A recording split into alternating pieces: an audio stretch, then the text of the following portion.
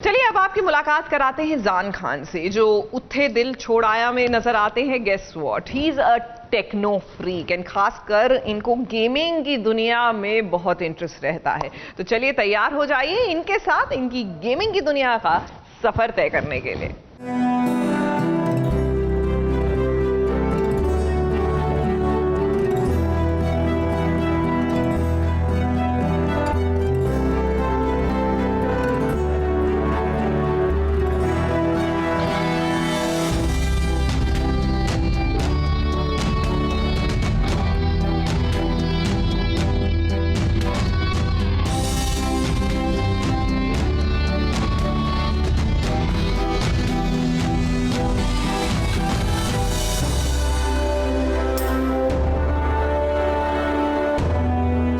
What's up? Hi guys, this is Zaan Khan, your Randhir from क्यों उठे दिल छोड़ाए। और आज ABP वाले मेरे घर आए। ओह क्या बात है।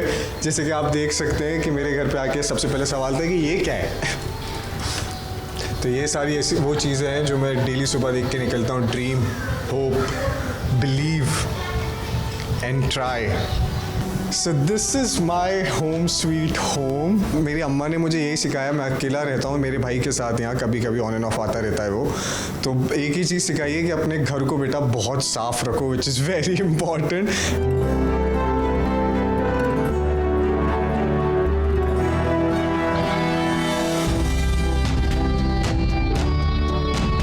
That's my brother, we live together।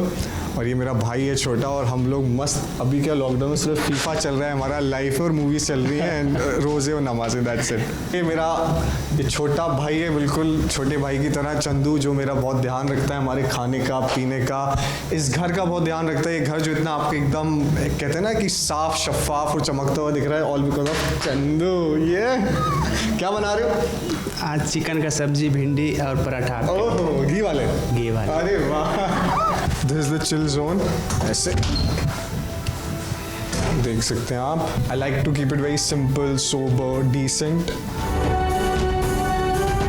मेरी बहुत अच्छी जो फ्रेंड है गुलफाम हुसैन, अगर आप जानते हो, बहुत सीनियर एक्ट्रेस हैं, हमारे अलादीन करती थी, तो उन्होंने ये मुझे गिफ्ट की थी मेरे बर्थडे पे। That's my Quran Sharif which I read every day. That's the place. I love this jacket of mine. So this is the jacket with मेरे पूरे setup ready रहते हैं. It's a white shirt, white linen shirt inside it. So ये मेरा trunk है जिसमें मेरा पूरा खुफिया सामान रखा है। That's my ice box जो मैं शूट पे कैरी करता हूँ।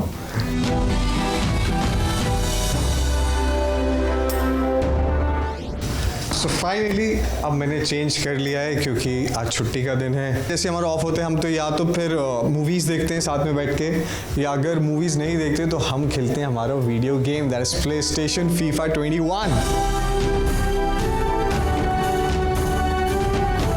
अब देखिए आप इनकी कैसी बैंड बजती है फीफा में।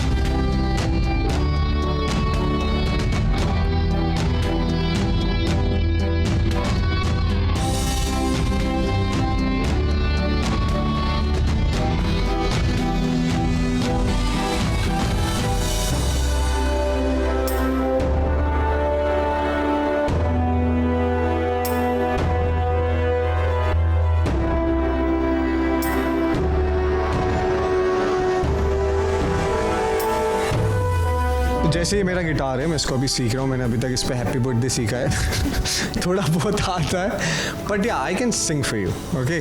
सो मैं एक गाना गाता हूँ सबके लिए। क्या उस गली में कभी तेरा जाना हुआ,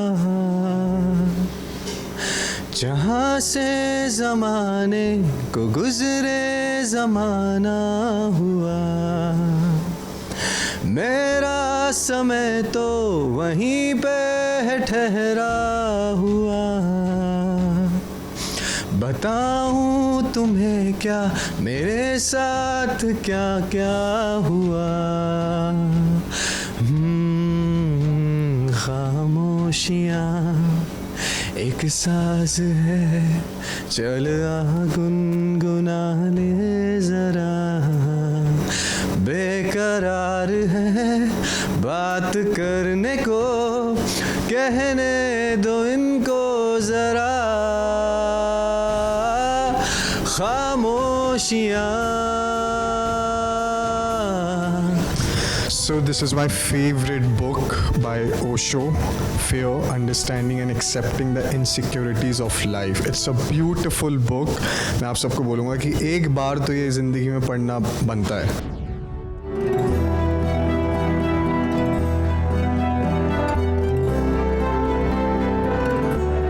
जब आप फिट होते हो तो आप बहुत कॉन्फिडेंट फील करते हो, तो फिट रहना बहुत ज़रूरी है, सेहत के लिए भी और दिमाग के लिए भी बहुत ज़रूरी है। मेंटली एंड फिजिकली फिट होना it's very important.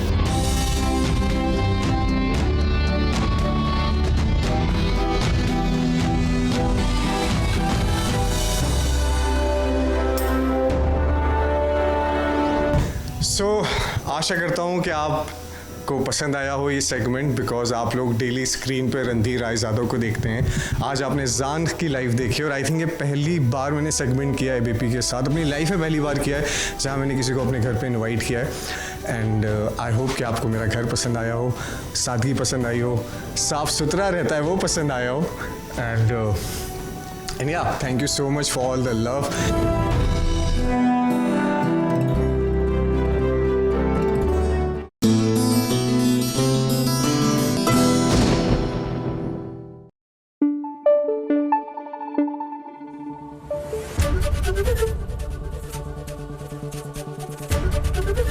ABP news आपको रखे आगे।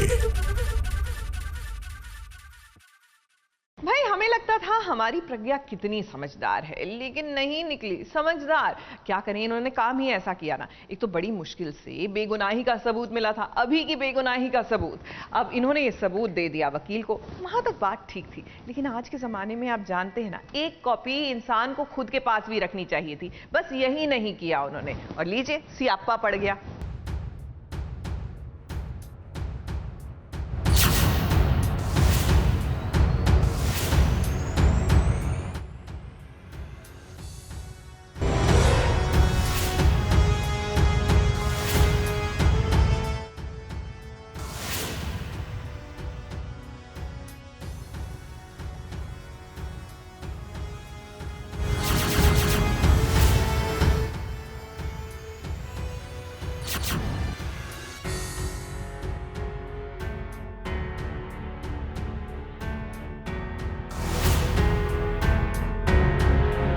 बेचारी प्रज्ञा जिस पर दुनिया में जितनी भी मुसीबत है सबकी गाज गिरती है। अब जैसे फिल्मों में दुखियारी माँ निरूपा राय को सब कुछ झेलना पड़ता था, ठीक यहाँ पर भी प्रज्ञा को सब कुछ झेलना पड़ता है। अभी को बचाने के लिए उसने एड़ी चोटी का बल लगा दिया, लेकिन वो क्या करे, इन मौके पर प्रज्ञा का लॉयर ही नहीं पहुँचा। और ये टीवी की पहली ऐसी अदालत होगी जहां पर वकील को इतने लंबे समय तक बोलने के लिए दिया गया। इससे पहले आपने वकील को इतना बोलते हुए सुना होगा क्या?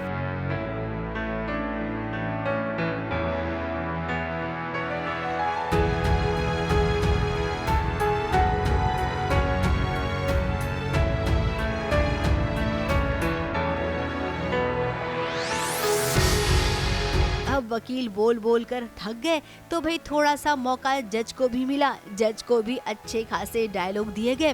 प्रज्ञा को छोड़कर सभी जज की बात को सुन रहे थे। अब प्रज्ञा कैसे सुन सकती है, उसे तो भाई अपने पति अभिषेक मेहरा को बचाना है।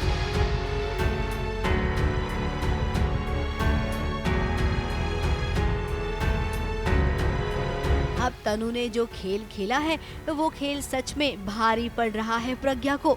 लेकिन प्रज्ञा बुरा मत मानिएगा, हम आपसे एक बात जरूर कहेंगे।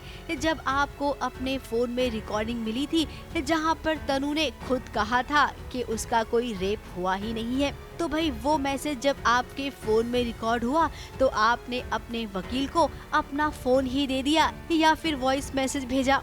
अब सीरियल के राइटर को थोड़ी सी बात क्लियर करनी चाहिए, क्योंकि जहां तक ऐसा होना चाहिए, प्रज्ञा को उसके फोन में जो वॉइस मैसेज है वो वकील को भेजना चाहिए था, न कि अपना फोन देना चाहिए था। क्योंकि तनु तो बोल रही है कि उसने लॉयर को मार दिया है और जो रिकॉर्डिंग थी वो डिलीट कर दी है। तो अगर प्रज्ञा ने वकील को वॉइस मैसेज भेजा होगा और वो वकील के फोन से डिलीट हो गया तो इसमें कोई बात होनी नहीं चाहिए, क्योंकि प्रज्ञा के फोन में तो रिकॉर्डिंग होनी चाहिए ना। थोड़ा सा इस बात पर गौर फरमाइएगा।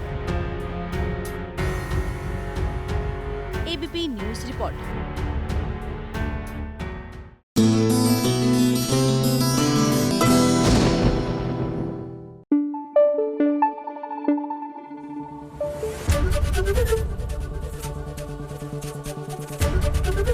एबीपी न्यूज आपको रखे आगे।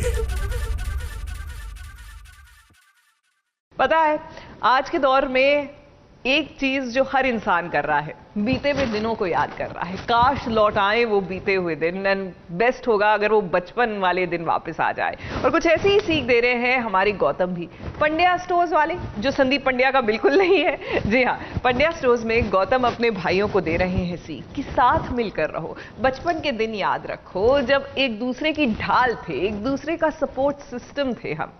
काश वो दिन वाकई लौट आए।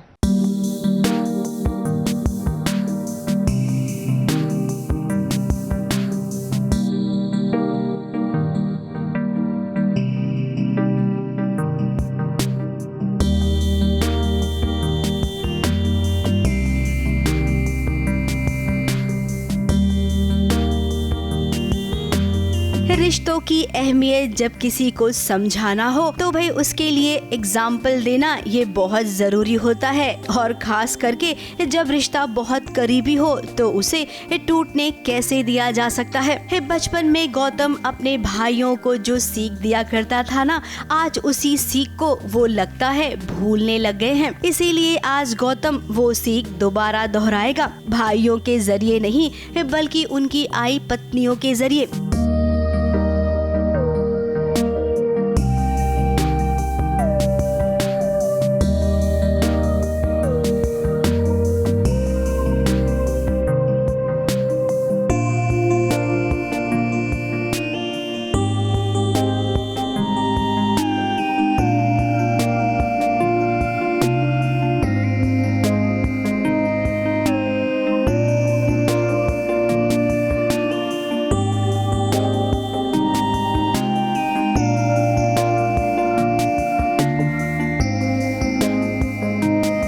गौतम की ये बात सुनकर भाइयों को भी समझ आ गया कि उन्होंने क्या गलत किया है, और अब उन्होंने जो गलत किया है उसे सही कैसे करना है।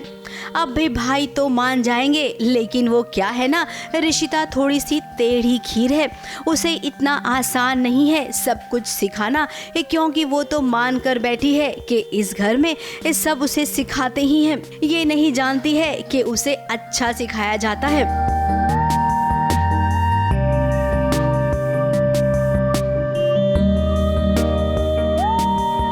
खैर, शिवा और कृष के बीच बातचीत चल रही है, जहां पर प्लानिंग होगी कि कैसे रिश्ता को सबक सिखाया जाए। अब भी कृष और शिवा जो भी करना है इस सोच समझ कर करिए, क्योंकि आपकी धरा भाभी को अगर कानों कान खबर पड़ी ना तो सोच लीजिएगा आप दोनों के साथ क्या होगा।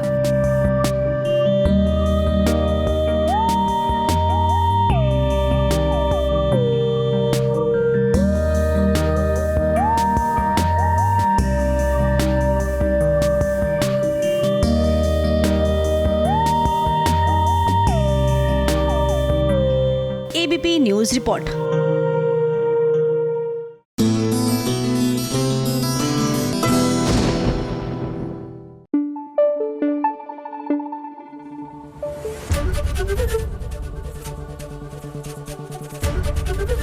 एबीपी न्यूज आपको रखे आगे। भाई बेचारी हमारी मूल की ये भी नहीं कह सकती कि काश कोई मेरे बीते हुए दिन लौटा दे, क्योंकि इनके बीते हुए दिन तो भैया कहीं जा ही नहीं रहे। एंड एनीवेज इनके बीते हुए दिन कोई बहुत अमेजिंग तो थे नहीं। अब बात दरअसल ये है कि कहाँ इन्होंने सपने बुने थे आगे आने वाली जिंदगी के, कि इनकी और वीरेन की शादी होगी और उसके बाद प्यार भरी कहानी आगे बढ़ेगी। लेकिन एन मौके पर शादी से पहले आ गई वीरेन की पहली पत्नी वापस। शादी का सपना वहीं चकनाचूर हो गया और मोलकी का स्टेटस फ्रॉम कहाँ राजरानी टू हो गया नौकरानी।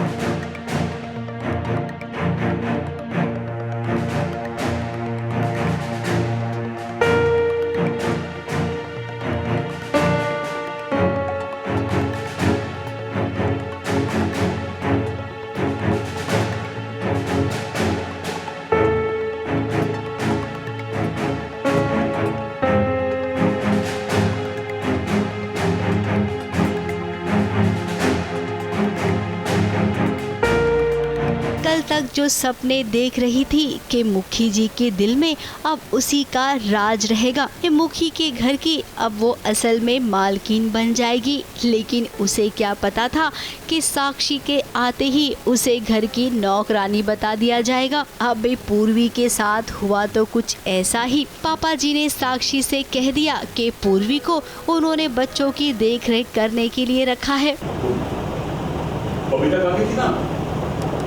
वो देखिए यहीं से उनकी दूध की रिश्ता रखी है, हमने बच्चों को देखभाल के लिए हमें नहीं रखा है। पूर्वी की सच्चाई अभी तक नहीं पता चली है। मुझे नहीं पता है कि पूर्वी कौन है। अब ये बात मुखी को पसंद नहीं आई, लेकिन वो इस वक्त कुछ नहीं कह सकता है क्योंकि साक्षी की हालत नाजुक है। इतने सालों बाद वो लौटी है और फिर मुखी की शादी होते देख वो सीधे चक्कर खा के गिर गई। नहीं, अभी तक मुझे वैसे कुछ पता नहीं चला है, बट हाँ मैं बेहोश हो जाती हूँ और मुझे अपने कमरे में लेकर गए हैं ये लोग और बस होश आता है और मैं मुखी जी को देखती हूँ अपने सामने और बहुत खुश हूँ, बहुत इमोशनल हूँ और अपने बच्चों को मिलना है मुझे अब। दुश्मन तो खुश हो रहे हैं क्योंकि उनकी कोशिश कामयाब जो हो गई। मुखी परेशान है तो वहीं पूर्वी की आंखों से आंसू बह रहे हैं। अब देखिए यहाँ पर भी 3 जिंदगियां दांव पर लग जाएगी, यानी कि मुखी के लिए दोनों ही घर वाली हैं, लेकिन वो अब साथ किसका देगा, ये तो भाई उसके लिए बहुत बड़ा धर्म संकट बन गया है। गोवा से कैमरामैन सादिक शहजादा के साथ कलीम सलमानी की रिपोर्ट।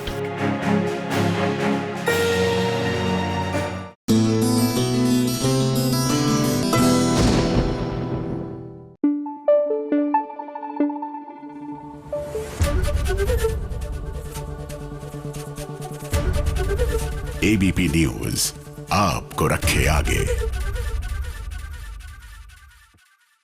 देखिए 6 मई से रामायण को एक नए सिरे से आप ओटीटी प्लेटफॉर्म्स पर भी देख सकते हैं, यानी कि राम युग आ रही है जिसके डायरेक्टर हैं कुणाल कोहली। अब इनके किरदारों से तो हमने आपकी मुलाकात करा दी, आज चलिए मुलाकात करते हैं कुणाल से, जानते हैं कि उनकी इस रामायण में हमें क्या नया देखने को मिलेगा। ओटीटी की दुनिया में जल्द ही आ रहा है रामयुग। ये रामयुग भी भारत के सबसे महान ग्रंथ रामायण के ऊपर ही बेस्ड है और आज SBS ओरिजिनल्स आपको मिलवाएगा ओटीटी की दुनिया की रामयुग के रचयिता यानी कि डायरेक्टर कुणाल कोहली से। एज ए डायरेक्टर आप भी चाहेंगे कि यार मेरी फिल्म थिएटर में बड़े पर्दे पर रिलीज हो, तो ये जो कश्मकश है वो आपके दिमाग में भी चल रही होगी इस वक्त? जी वो तो सबके दिमाग में है, लेकिन वी हैव टू अडैप्ट। हमें अडैप्ट करना पड़ता है, अडैप्ट करना ही होगा to survive. So we have to take some hard decisions and we have to release our films because वो फिल्मों में बहुत पैसा लगा हुआ है, लोगों की मेहनत है और बहुत से पेमेंट्स जो हैं वो रिलीज के बाद आती है। हर वक्त every payment does not come at the time of release, it comes at the some payments come after release। वो पेमेंट्स वर्कर्स को जाना है, वर्कर्स के फैमिलीज को जाना है, तो all that has to be kept in mind कि we can't stop everybody's payment। Because the money is invested, but it's also not fully been paid down the chain. So it's very easy to say, okay, we'll wait, we'll hold on, we'll do this, we'll do that, but it's not just us waiting. हमारे साथ जुड़े बहुत से लोग हैं down the chain who have supported us and who've been with us. So उन सब के लिए we have to ensure that we do release. Yes, theatrical में problem हो रही है. It's a sector that is being very badly hit. But I'm sure the right film industry bodies and the theatrical bodies will make an appeal to the government, state and center, and find a solution, find a long-term solution of how to get out of this problem that we are faced in. For nobody's fault. It's happened. Ramayan आपको भी पता है पहले भी कई बार बन चुकी है, और दूरदर्शन की जो रामायण है उसकी एक इमेज मेमोरी है, तो चैलेंज 100% रहा होगा. देखिए जो ऑलरेडी हैं, जो वर्जन्स हैं ऑलरेडी, वो तो हम सब बेहद उन्हें पसंद करते हैं, बेहद प्यार करते हैं उन किरदारों को, उस वर्जन को. ये एक नई प्रयास है, ये एक नई कोशिश है. तो जैसा मैंने कहा कि हम चाहते हैं कि लोग इसे भी उतना ही प्यार दें और इसे भी अपने दिल में थोड़ी सी जगह दें. सर, मिस्टर बच्चन की आवाज हम सुन रहे हैं इसमें, नो डाउट. और जब उनका टीजर आया था तो एक्चुअली रामयुग की शुरुआत भी शायद उसी टीजर से हुई थी. उससे जब मिस्टर बच्चन किसी चीज के साथ आ रहे हैं तो आपने कन्विंस कैसे किया उनको?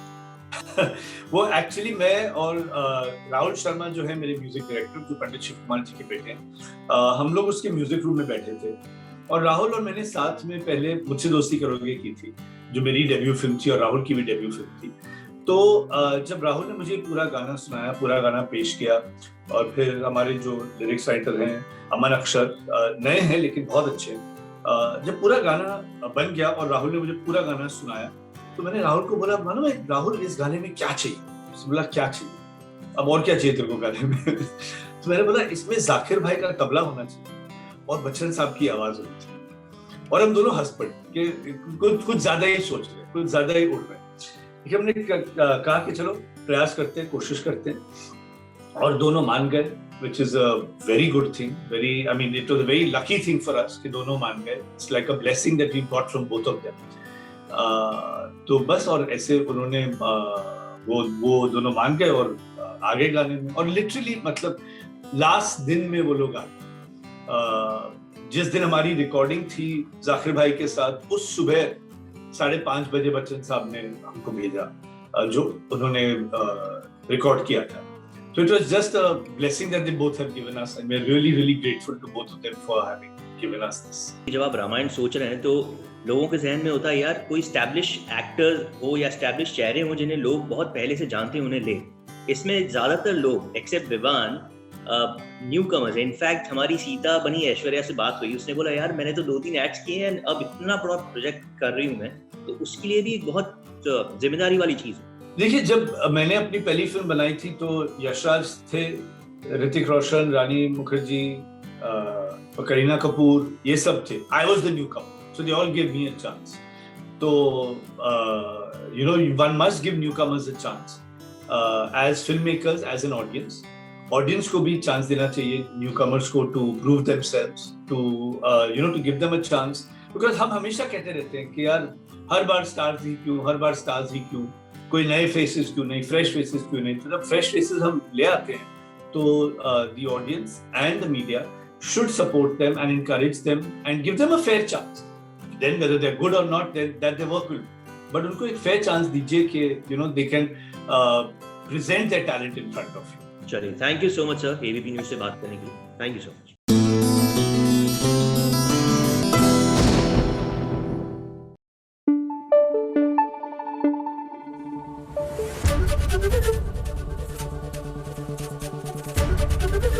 एबीपी न्यूज़ आपको रखे आगे.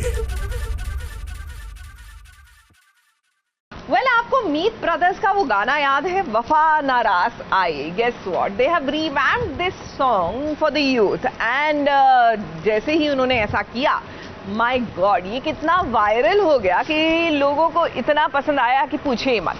ऐसे में चलिए आज इनसे मुलाकात करते हैं और आपको ये रिवैम्प्ड वर्जन भी सुनाते हैं.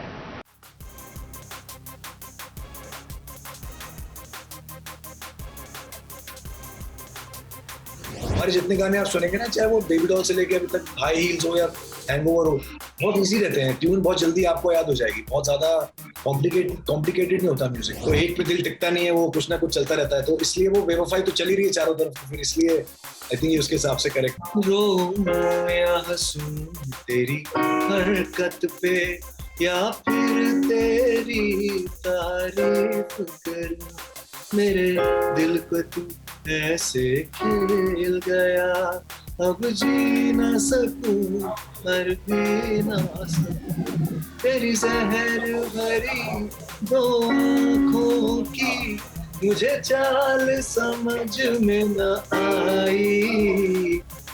आशिकों के टूटे हुए दिल का गाना वफा ना रास आई एक जमाने में हर दिल पर छाया हुआ था, लेकिन आजकल के यंगस्टर्स के टेस्ट को समझते हुए मीत ब्रदर्स ले आए हैं वफा ना रास आई, लेकिन इस बार नए अंदाज में। अब ये बात तो आप जानते ही हैं कि डिजिटल दुनिया में कोई भी सक्सेस एसबीएस ओरिजिनल्स के साथ शेयर किए बिना अधूरी है, तो मीत ब्रदर्स ने भी शेयर की हमारे साथ खास बातें। हाँ, ये रिक्रिएशन है एक तरीके से, रीमेक तो नहीं बोलेंगे, रिक्रिएशन बोलेंगे गाने को, कि एक उसकी एक लाइन उठा के हमने पूरा नया गाना बनाया है। एक लाइन इसलिए उठाई जाती है क्योंकि उससे लोग रिलेट कर लेते हैं जल्दी। आजकल टाइम कम है ना लोगों के पास, लोगों की अटेंशन स्पैन कम है, तो हमारी ऑडियंस ही हमारी भगवान होती है, तो उनको जो पसंद है हमें वो बनाना पड़ता है। तो एकदम से वफा ना राज आई सुन के उनको एकदम से घंटी बजती करे तो हमारा ही गाना है, मैं सुना हुआ है, बट बाकी पूरा गाना 90% नया है, तो उससे एक नई फील भी आ जाती है। लेकिन जब पूरा गाना कंप्लीट हुआ तो कहते ना वो सुनने के बाद ऐसे दिल को सुकून हुआ कि वाह, मतलब जैसा सोचा था वैसा ही निकल कर आया। अच्छी बात है जब ये देखिए हमारे चाहे प्रोफेशंस कुछ भी हों, जैसे आप भी जर्नलिस्ट हैं, और एंड ऑफ द डे कोई गाना सुनने के बाद रिएक्शन हर इंसान पे सेम होता है, क्योंकि इंसान तो इंसान है। प्रोफेशन ये नहीं तय करता कि हम कौन हैं, हम तय करते हैं कि हमारा प्रोफेशन क्या है। तो इसलिए अगर ये इफेक्ट आपके ऊपर आया तो फिर ये बात जाहिर है, इसीलिए ये गाना जो है स्पीड पर चल रहा है कि 50 मिलियन यूट्यूब पे भी हो गए हैं, सारे स्ट्रीमिंग प्लेटफॉर्म्स पे ट्रेंड कर रहा है। तो कोई भी चीज़ मेरे ख्याल से हम अरमीत तो मैंने हमेशा रियलाइज किया है कि सिंपल सादगी तरीके से, अच्छे जेन्युइन एफर्ट से, ऑनेस्टी से बनाई जाए तो वो बहुत जल्दी कनेक्ट होती है।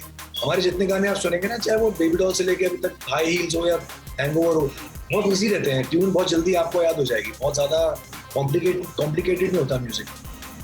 YouTube पर यह गाना एक ही वीक में 75 मिलियन व्यूज कमा चुका है, यानी कि लगभग 7.5 करोड़ व्यूज।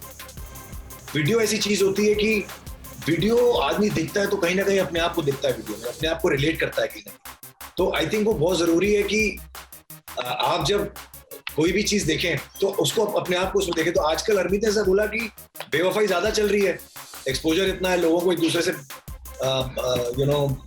बात करना, मिलना जुलना बड़ा आसान हो गया लड़के लड़कियों के लिए, तो एक पे दिल टिकता नहीं है, वो कुछ ना कुछ चलता रहता है, तो इसलिए वो बेवफाई तो चली रही है चारों तरफ, फिर इसलिए आई थिंक ये उसके हिसाब से करेक्ट है। बहुत सालों पहले की बात है जब शुरुआत की होगी कि भाई तभी एक म्यूजिक एल्बम का बहुत दौर था, बीच पे ये दौर एकदम से गायब हो गया था, सब सिनेमा। लेकिन अब ये दोस्त जब ये लॉकडाउन का फेज आया है तब एक बार फिर से ना म्यूजिक वीडियोस ने जोर पकड़ना शुरू कर लिया है। लेकिन आप ये मानते हैं कि अब ये जो बीच में ब्रेक लग गया था, अच्छी शूटिंग, अच्छे गाने, अच्छा म्यूजिक, ये सब वापस लोगों को खींच रहा है म्यूजिक एल्बम के जरिए? बिल्कुल, देखिए सिर्फ समय ही नहीं होता है, कुछ सिचुएशंस भी होती हैं, जैसे टेक्नोलॉजी चेंज हुई समय के साथ। तो टेक्नोलॉजी पहले ऐसा था कि जब बहुत पहले एल्बम्स आती थी, फिर पायरेसी बहुत ज़्यादा शुरू हो गई थी, और पायरेसी के टाइम पे और फिर रेडियो स्टेशन आ गए थे, तो फ्री में हवा में फ्री गाने प्ले हो रहे थे, तो लोगों ने गाने खरीदने मन कर दिए थे। अब टेक्नोलॉजी ने जोर पकड़ लिया है, और वो सीडी और ऑडियो टेप की जो टेक्नोलॉजी थी वो चेंज होके अब ट्रांसफॉर्मेशन में टाइम लग गया 10 साल, लेकिन वो टेक्नोलॉजी ने अब जाके पकड़ लिया है मॉनेटरी रेवेन्यूज को कि हाँ भाई, पहले चोरी हो रही थी पायरेसी की वजह से और रेडियो स्टेशन की वजह से, और अब जो है इंटरनेट से जो भी आप गाना डाउनलोड करते हो या जो भी सुनते हो उस पर एक पैसा देना पड़ता है। तो जब पैसा आता है तो अपने आप ग्रोथ होती है, हर आदमी उसमें एल्बम्स बनाता है। तो अब पंजाब से लेके हमारे बॉलीवुड में भी हर आर्टिस्ट कुछ स्टार बनना चाहता है। अब उनको उम्मीद आ गई है कि मैं अगर यहाँ पैसा लगाऊंगा तो मेरा गाना लोग सुनेंगे और मैं स्टार बनूंगा। तो अब वो समय आ चुका है कि हर कोई इंटरनेट पे अपने गाने रिकॉर्ड करके डालना शुरू करती है, और बहुत अच्छा समय आ गया है, जैसे आपने बोला। अब ये समय सेलिब्रेशन का है। अब इसके बाद इंडिपेंडेंट म्यूजिक को अभी तो मुझे लगता है कि रुक पाएगा। क्या आप दोनों ने वैक्सीन ले ली है? मैंने ले ली है वैक्सीन। मैं 2-1.5 महीने के लिए दुबई में था, 1.5 महीने पहले। तो दुबई में मैंने दोनों शॉट्स हो गए थे मेरे, और एंटीबॉडीज का मैंने टेस्ट भी कराया और भगवान की दया से काफ़ी अच्छी एंटीबॉडीज आई हैं टेस्ट में। तो दवाई वैक्सीन ने काम किया है। तो यही मैं कहना चाहूँगा कि कोई ये ना सोचे कि वैक्सीन किसी काम की नहीं है। ज़रूर इससे एंटीबॉडीज में फ़र्क पड़ता है, और कहीं ना कहीं जो चीज़ आज की डेट में अवेलेबल हुई है उसका इस्तेमाल कर लेना चाहिए मेरे से। मुंबई से सुशीला उपाध्याय के साथ एबीपी न्यूज रिपोर्ट।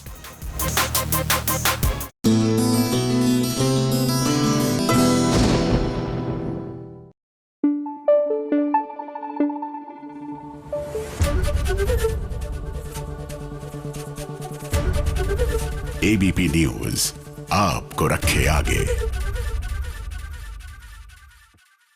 आगे बढ़ते हैं, लेकिन हमारी एक खास खबर देखने के बाद मैं अपनी सरकार, जिनकी मैं बहुत बड़ी सपोर्टर हूँ, आज मैं कहना चाहती हूँ कि मैं बहुत ज़्यादा डिसअपॉइंटेड हूँ। हिंदू खून इतना सस्ता है या कोई बहुत बड़ी कॉन्स्पिरेसी का हम शिकार हो रहे हैं? अभी इस देश को क्या ये देशद्रोही चलाएंगे? मासूमों की हत्या होगी और हम सिर्फ धरना देंगे? क्यों डर गए हैं देशद्रोहियों से इतना? मैं अपनी सरकार को कहना चाहूँगी कि प्लीज़ जल्दी से जल्दी ये जेनोसाइड रोकिए। ट्विटर को नहीं पसंद कंगना रनौत की पुकार। बॉलीवुड की मणिकर्णिका के शब्दों पर ट्विटर ने चला दी कैंची, और सुपरस्टार कंगना रनौत के ट्विटर अकाउंट को खुद ट्विटर ने ही कर दिया सस्पेंड। ट्विटर को ऐसा क्यों करना पड़ा, ये जानने के लिए आपको बताते हैं वो वीडियो जिसके जरिए कंगना ने ट्विटर पर अपने दिल की बात कही थी। और इससे पहले भी कंगना अपने ट्विटर अकाउंट के जरिए बातों ही बातों में कुछ लोगों के खिलाफ आपत्तिजनक कमेंट्स दे चुकी हैं। या हिंदू खून इतना सस्ता है या कोई बहुत बड़ी कॉन्स्पिरेसी का हम शिकार हो रहे हैं, बिकॉज ये बहुत ही ज़्यादा अननेचुरल है जिस तरह से चीज़ें हो रही हैं।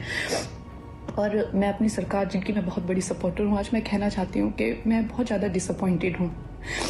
जो वहाँ पे खून की नदियाँ बह रही है, तो आप लोग धरना करना चाहते हैं, इसकी कड़ी निंदा करना चाहते हैं। क्यों डर गए हैं देशद्रोहियों से इतना? देशद्रोही ये देश चलाएंगे क्या? मुझे पता है वो बहुत शोर करते हैं, इंटरनेशनल दबाव, मुझे पता है हम लोग बहुत बुरी तरह से फंसे हुए हैं, और मासूमों की हत्या होगी और हम सिर्फ धरना देंगे। मैं अपनी सरकार को कहना चाहूँगी कि प्लीज़ जल्दी से जल्दी ये जेनोसाइड रोकिए और कड़ा से कड़ा कदम लीजिए। अब आपको बताते हैं ट्विटर के वो रूल्स जो इस वीडियो के जरिए कंगना रनौत ने तोड़े हैं।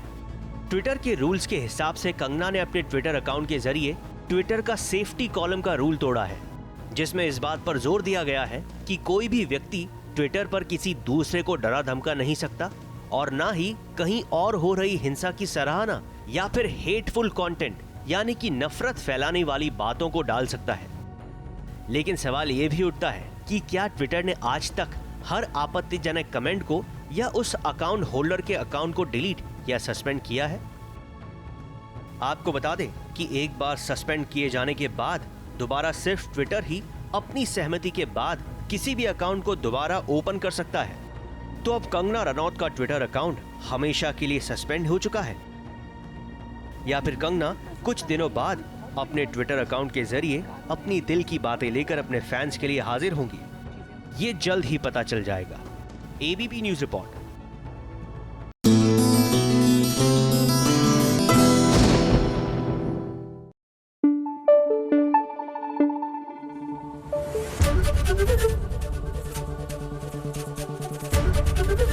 एबीपी न्यूज आपको रखे आगे। देखिए, प्यार भी कमाल की चीज होती है ना। आप जिससे प्यार करते हैं उसका दर्द नहीं देख पाते, लेकिन कई बार उनको एक बड़ी विपदा से, बड़े दुख से दूर रखने के लिए दर्द खुद ब खुद देना पड़ता है, जैसे कि बेचारी प्रतिज्ञा कर रही है। कृष्णा को अपने से दूर करने के लिए कृष्णा को किस तरह परेशान कर रही है, उससे लड़ रही है, झगड़ रही है। वाकई में ये पीड़ा जो है वो दोनों महसूस कर रहे हैं। जब मन चाहा हम पर शक कर दिया, जब मन चाहा गले लगा लिया, जब मन चाहा डांट दिया। ऐसे नहीं चलते हैं रिश्ते कृष्णा। छू जाओ यार, हम माफी मांग लेते हैं, हमसे गलती हो गई है। कर दिया। ए बाबू, अरे सामान का पाइप चल, अभी तो यहीं रह रहे हैं ना। हम इस कमरे को छोड़कर जा रहे हैं, तुम्हारे साथ अब 1 सेकंड भी नहीं रुक सकते आप।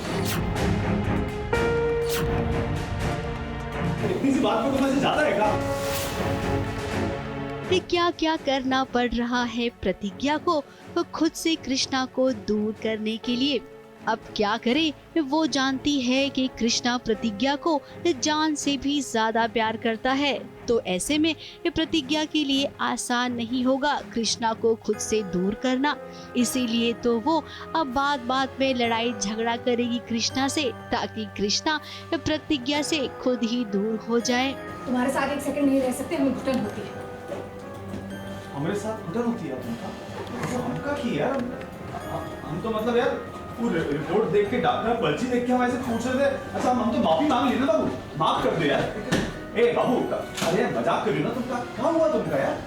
कुछ बुरा लग गया प्रतिज्ञा को, तो बैग पैक करके दूसरे रूम में चलेगी, उसको स्पेस चाहिए इसलिए। अब कृष्णा का सिर्फ इतना कसूर है कि जब उसने प्रतिज्ञा के पास इतनी सारी दवाइयाँ देखी तो वो पूछ बैठा कि अरे भाई, इस सर दर्द के लिए इतनी सारी दवाइयाँ कौन लेता है। फिर क्या, प्रतिज्ञा भड़क गई और सीधे इस कमरे से बाहर जाने का मन बना लिया उसने। दवाई दिखी है कृष्णा को और प्रिस्क्रिप्शन भी दिखा है, तो कृष्णा ने पूछा है कि क्या है ये, तो उसने कहा हेडेक है। हेडेक के लिए उसने कहा इतना सब कुछ तो नहीं होना चाहिए, तो थोड़ा सा डाउट हुआ है। लेकिन वो फिर पता नहीं आजकल किसी और जोन में है तो भड़क जाती हैं, तो फिर वो कृष्णा बेचारा कुछ कहता नहीं, कहता ठीक है यार तुम ठीक रहो बस, बाकी सब ठीक है। अब प्रतिज्ञा का ये बर्ताव देखकर कृष्णा भी हैरान हुआ है, लेकिन कृष्णा प्रतिज्ञा को ऐसा मजबूरन करना होगा क्योंकि स्क्रिप्ट ही ऐसी लिखी गई है। फिलहाल अब आप खुद ही मीरा के पास जाएंगे और धीरे धीरे प्रतिज्ञा से दूर हो जाएंगे। कैमरामैन आतिश कामरे के साथ नेहा सावंत की रिपोर्ट।